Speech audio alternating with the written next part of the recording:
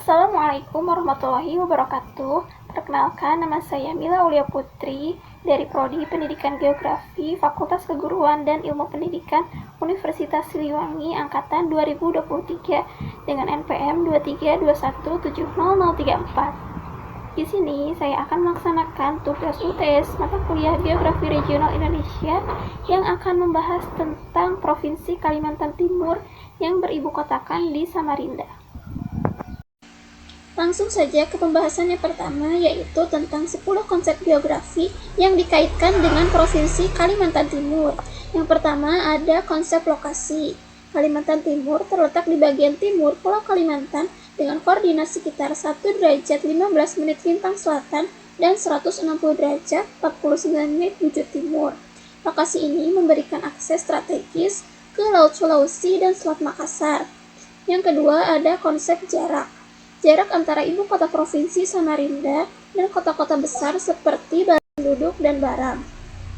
Yang ketiga ada konsep keterjangkauan. Aksesibilitas ke daerah pedalaman Kalimantan Timur seringkali terbatas, terutama di wilayah yang belum terjangkau oleh infrastruktur jalan yang baik. Hal ini mempengaruhi pengembangan ekonomi lokal dan distribusi barang. Lalu yang keempat ada konsep pola. Pola pemukiman di Kalimantan Timur cenderung mengikuti aliran sungai seperti Sungai Mahakam yang menjadi jalur transportasi utama bagi masyarakat dan aktivitas ekonomi. Yang kelima ada konsep morfologi. Wilayah Kalimantan Timur didominasi oleh dataran rendah dan pegunungan dengan hutan hujan tropis yang luas. Morfologi ini berperan penting dalam menentukan pola penggunaan lahan seperti pertanian dan perkebunan. Lalu yang keenam ada konsep aglomerasi. Di kota-kota besar seperti Balikpapan dan Samarinda, terdapat kecenderungan aglomerasi industri, terutama di sektor pertambangan dan energi. Hal ini menciptakan pusat-pusat ekonomi yang saling mendukung. Lalu yang ketujuh ada konsep interaksi dan interdependensi. Kalimantan Timur menunjukkan interaksi yang kuat antara masyarakat perkotaan dan pedesaan. Misalnya, penduduk desa menyuplai bahan pangan ke kota, sementara kota menyediakan barang-barang kebutuhan sehari-hari. Lalu, yang kedelapan ada konsep nilai kegunaan. Wilayah pesisir Kalimantan Timur memiliki nilai kegunaan tinggi seperti lokasi industri perikanan dan pariwisata, mengingat keindahan alamnya serta kekayaan sumber daya laut. Lalu yang kesembilan ada konsep diferensiasi area. Terdapat perbedaan yang signifikan dalam kegiatan ekonomi antara daerah perkotaan dan pedesaan di Kalimantan Timur. Misalnya daerah perkotaan lebih berorientasi pada industri, sedangkan pedesaan lebih fokus pada pertanian dan kehutanan. Lalu yang terakhir ada konsep keterkaitan ruang. Keterkaitan ruang di Kalimantan Timur terlihat dari dampak deforestasi di hulu sungai yang menyebabkan banjir di daerah hilir. Ini menunjukkan hubungan sebab akibat antara aktivitas manusia dan kondisi lingkungan. Nah, Kalimantan Timur ini merupakan contoh yang nyata bagaimana konsep-konsep geografi dapat diterapkan untuk memahami dinamika sosial, ekonomi, dan lingkungan di suatu wilayah. Pembahasan selanjutnya mengenai kondisi fisik Provinsi Kalimantan Timur. Kalimantan Timur memiliki luas sekitar 127.346,92 km persegi. Nah, Kalimantan Timur ini pada tahun 2022 terpilih menjadi lokasi Ibu Kota Baru Negara atau IKN yang diumumkan oleh Presiden Jokowi yang dibangun di dua tempat, yaitu wilayah Kabupaten Kutai Kartanegara dan wilayah Kabupaten Penajam Pasir Utara.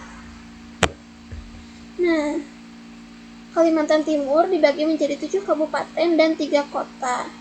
7 kabupaten tersebut diantaranya Kabupaten Pasir, Kabupaten Kutai Kartanegara, Kabupaten Kutai Timur, Kabupaten Berau, Kabupaten Penajam Pasir Utara, Kabupaten Kutai Barat, dan Kabupaten Mahakam Ulu.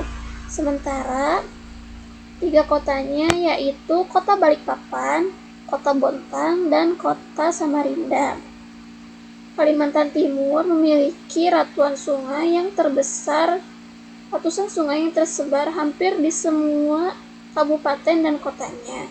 Sungai ini dimanfaatkan sebagai angkutan utama di samping angkutan darat, dengan sungai yang terpanjang yaitu Sungai Mahakam.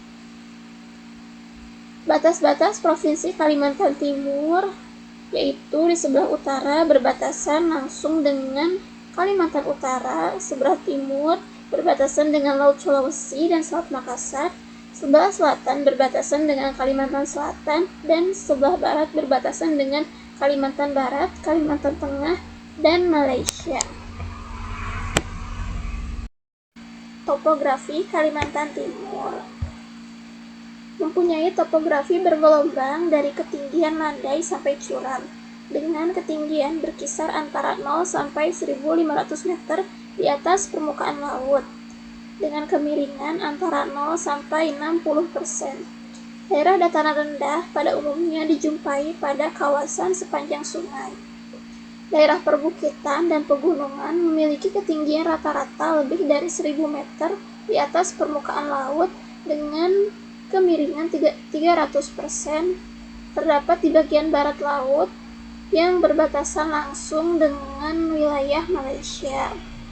Kondisi topografi tersebut sangat berpengaruh terhadap peluang budidaya suatu jenis komoditi, potensi dan persediaan air, dinamika hidrologi, dan kerentanan terhadap erosi. Dilihat dari topografi, sebagian besar atau 43,35% wilayah daratan termasuk dalam kemiringan di atas 40% dan 43,22% terletak pada ketinggian 100 sampai 1.000 meter di atas permukaan laut. Lalu ada letak klimatologis Kalimantan Timur. Seperti iklim sebagian besar wilayah Indonesia, Kalimantan Timur merupakan wilayah tropis dengan dua musim, yaitu musim hujan dan musim kemarau. Iklim ini dipengaruhi oleh angin muson karena letaknya yang berada di garis khatulistiwa. Angin bertiup ke barat dari bulan November hingga April dan ke timur dari bulan Mei hingga Oktober.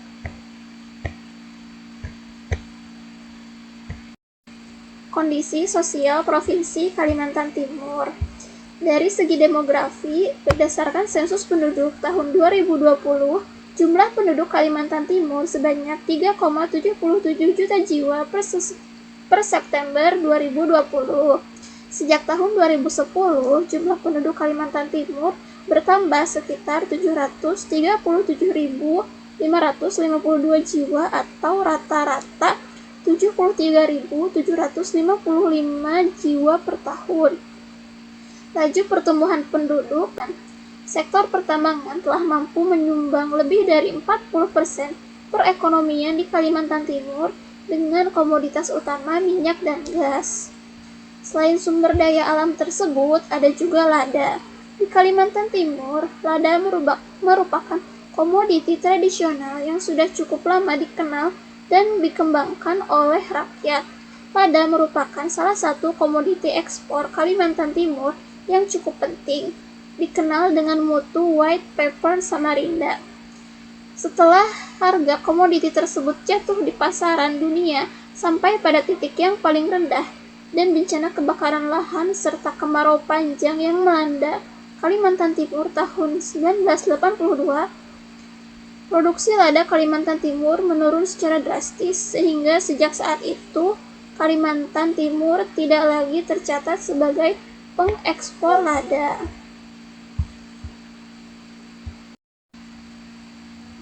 Mayoritas agama di Kalimantan Timur adalah beragama Islam. Sisanya yaitu Kristen, Protestan, Katolik, Buddha, Hindu, dan Konghucu. Bahasa di Kalimantan Timur ada bahasa Banjar, Kutai, Paser, Lundaye, Tidung, Tenggalan, dan bahasa Banua. Lalu untuk suku-suku asli Kalimantan Timur ada suku Pasir, suku Penihing, suku Tukung, dan suku Longpaka. Rumah adat Kalimantan Timur ada rumah adat Lamin, rumah adat Bulungan, rumah adat Wehea, dan rumah adat Pasir.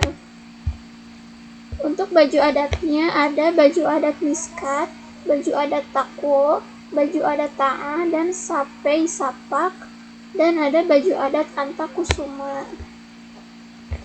Untuk tarian tradisionalnya ada tari hudok, tari jepen, tari burung enggang, tari punun leto. Dan untuk makanan khasnya ada sate payau, genceruan, ada sayur gangan asam kutai, ada gasang gapit. Lalu untuk senjatanya ada mandau, sumpit, dan telawang atau perisai.